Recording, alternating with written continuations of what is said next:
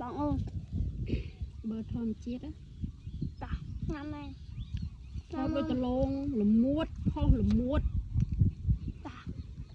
ញ៉ាំតាគេមកណាក៏កម្មក៏មិនអន់ហាងឲ្យលោកតានិយាយចូលខមមិនរឿងអីចូលមិនទោះវីដេអូឲ្យចូលខមមិនឲ្យផ្ទុះវីដេអូចេះមែនណាប្រាប់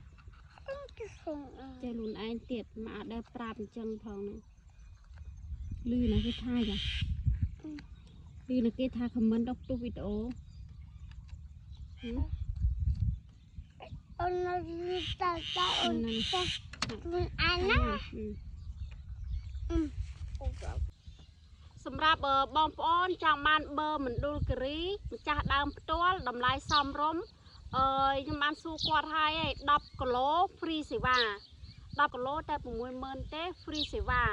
សម្រាប់បងប្អូនដែលចូលចិត្តញ៉ាំផ្លែបឺធ្វើជាប្រភេទអាហារសុខភាពហើយឬក៏ធ្វើកូនញ៉ាំបងប្អូនណាចាំតាក់ទងទៅចែពេជ្រខ្ញុំដាក់ Facebook របស់គាត់នៅក្នុងវីដេអូរបស់ខ្ញុំណាបងប្អូនចាំតាក់ទងទៅទិញគាត់នៅមណ្ឌលគិរីផ្ទាល់ហើយពិសេសមួយទៀតហ្នឹងគឺចែពេជ្រគាត់គឺជាអ្នកស្រុកបាសែតយើងនេះទៅទេអ្នកផ្សារស្លាប់លេងហើយសម្រាប់វីដេអូនេះបើបងប្អូនខាងអ្នកស្លាប់លេងបានឃើញហើយចាំជួយទិញពីគាត់ផងព្រោះអីគាត់បានផ្ញើបឺមកឲ្យខ្ញុំហូបនិងគាត់ពឹងពាក់ឲ្យខ្ញុំនឹងជួយធ្វើវីដេអូផ្សព្វផ្សាយជួយលក់គាត់ផងព្រោះបឺគាត់ឆ្នាំនេះគឺផ្លែច្រើនហើយឆ្ងាញ់ល្មួតហ្មងបងប្អូនល្មួតនិយាយទៅហូបអត់ចាំបាច់ដាក់ទឹកដោះគោដាក់អីទេមើលតែមាត់កូនវុតទៅដឹងហើយ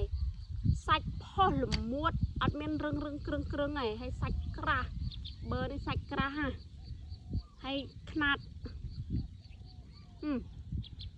ផ្លែគឺធំល្អមែនតើ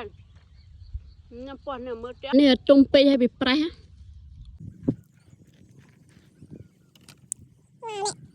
ទុំស្ងួតល្មួតឡើងលឿងហ្មងនៅខាងក្រៅលឿងបៃតងលឿងបៃតងមួយរយៈនេះខ្ញុំបានញ៉ាំផ្លែឈើរសាកូនវុតបងប្អូនទ្រាំតែឆ្នាំក្រោយទៀតមានមាត់មានលៀបរសាកូនណា